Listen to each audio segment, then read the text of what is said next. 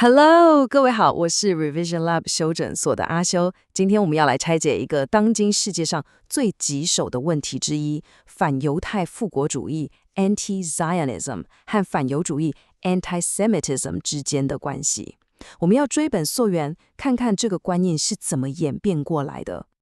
好的，我們直接切入這個核心問題。這不只是一個學術上的辯論而已哦，它直接影響着當代的地緣政治，還有社會上的各種討論。所以，這兩者到底能不能畫上等號？答案可能比你想象的還要複雜，而且它的源頭也跟大多數人想的不太一樣。很多人會認為1967年的六日戰爭是一個關鍵的分水嶺。那場戰爭的巨大衝擊，讓許多以色列人開始相信，任何反對以色列的聲音，骨子裡其實就是反猶主義。這個觀點流傳得非常廣，但它真的就是整個故事的起點嗎？事實上，如果我們再往前看，就會發現真正的轉捩點發生得更早。它不是來自中東的戰場，而是來自一個我們可能都沒想到的地方。而這個發現將會徹底改變我們對這場辯論的理解。接下來，我們進入下一個關鍵點。在以色列建國初期，當時的猶太復國主義領導人，他們那時候的看法可能會讓你大吃一驚，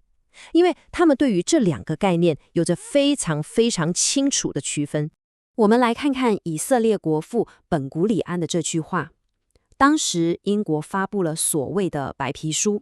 這是一份官方文件，嚴格限制猶太人移民到巴勒斯坦。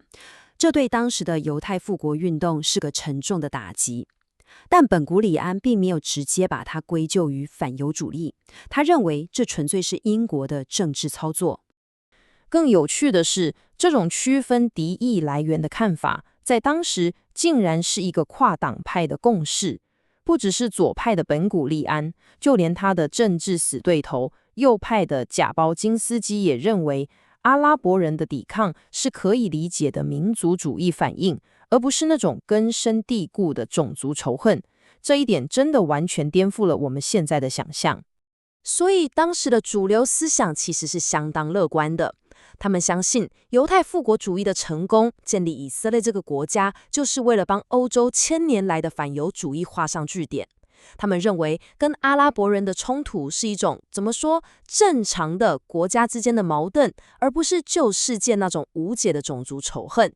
那麼一切是從什麼時候開始變的？真正的催化劑來自1950年代的蘇聯。這引發了另一個思考：一個外部的力量是如何能夠永久地改變一個民族對於集體創傷的認知？如果你正在聽這部分，非常值得你筆記。在史達林統治的末期，發生了兩場關鍵的政治審判。他們表面上是打擊政治敵人，但指控的核心全都圍繞着非常荒謬又危險的猶太復國主義陰謀，而且被告裡面猶太人的比例特別高。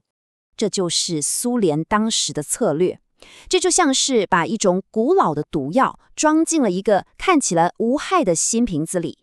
他們巧妙地運用了在政治上相對正確的反猶太復國主義當作外衣，來包裝傳統的反猶陰謀論，像是全球猶太人密謀控制世界之類的論調。當時蘇聯的官方喉舌《真理報》是這麼寫的：揭露這幫醫生劊子手，是對國際猶太復國主義組織的沉重打擊。你聽，這段文字就是最直接的證據，它赤裸裸地把這兩種概念融合在一起，這是一個非常危險的信號。所以關鍵點就在這裡，正是這些由國家機器推動的宣傳，讓全世界的猶太人第一次感到背脊發涼，因為他們意識到，那個他們曾經可以清楚區分的界限，正在被有心人士刻意的模糊，甚至被當成武器來使用。講到這裡，我們再回頭看1967年的六日戰爭，它的角色就不是起源，而是一個強力的催化劑。它讓這個已經萌芽的恐懼，徹底在公眾的意識中定了型。戰爭前夕，以色列彌漫着一股被圍攻、可能亡國的巨大焦慮。而戰爭的快速勝利反而帶來了一種強烈的猶太民族孤立感和集體認同。你想象，從亡國的深淵到奇蹟般的勝利，這種大起大落的情緒，讓整個社會更容易接受全世界都在反對我們的這種敘事。因此，六日戰爭的作用，就像是為一個已經存在的理論提供了最強而有力的情感證據。它驗證了從1950年代蘇聯事件以來，人們心中逐漸積累的那份不安。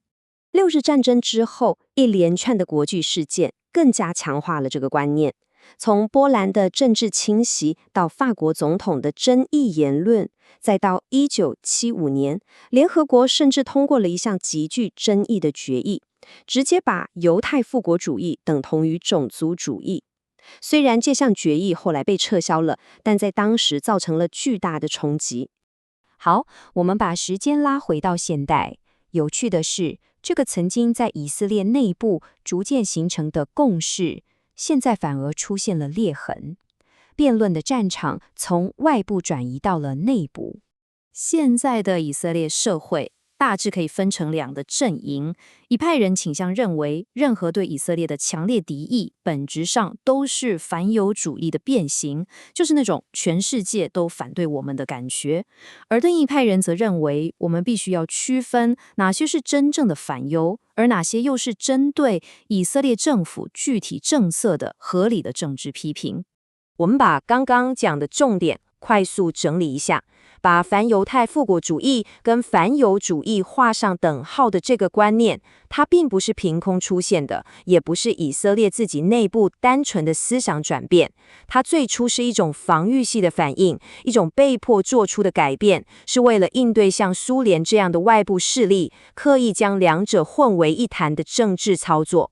所以下一次當你在網絡上看到相關的激烈爭論，看到有人用反猶太復國主義這個標籤時，或許就能意識到，你看到的可能不只是當下的情緒，而是一段長達70年的歷史回應。你可以問問自己，這究竟是針對政策的合理批評，還是一種被歷史武器化了的仇恨語言？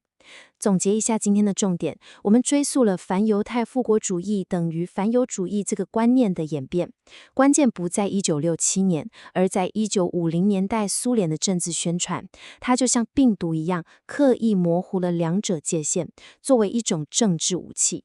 而後來的六日戰爭和一系列國際事件，則強化並鞏固了這個認知。了解這段歷史，能幫助我們更清晰地分辨當代複雜辯論中的語言策略。今天的內容就到這邊。如果你覺得這集有幫助，記得馬上點讚、加訂閱、加開啟小鈴鐺。我們正在衝訂閱，需要你的支持。我是阿修，我們下次見，拜拜。